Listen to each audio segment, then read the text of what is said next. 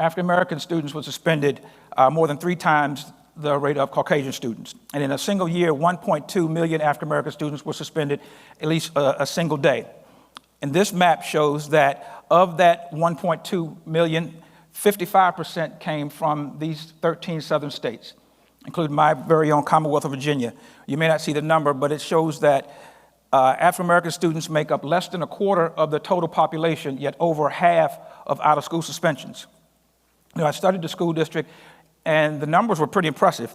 93% of the students had 0 out-of-school suspensions, 5% had at least 1 out-of-school suspension, and 2% had 2 or more out-of-school suspensions. And again, those numbers are strong. I'll put them up against any school division across the country.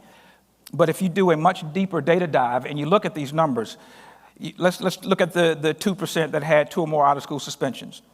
Not bad, but if you break that down, 81% of that 2% were African American students. 81%.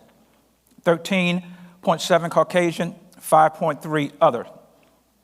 And one reason that that's possible is because we seemingly have 2 types of discipline in our schools. We possibly have criminalized discipline that uses punitive-based measures like suspensions, expulsion, referral to law enforcement.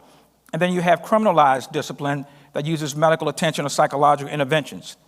And as you may think, when there's a situation that goes on in school, if it's a violation by a black or brown person, it's seen as a situation that requires the criminalized discipline, whereas if it's the same situation or similar situation that involves a white student, it gets the medicalized discipline.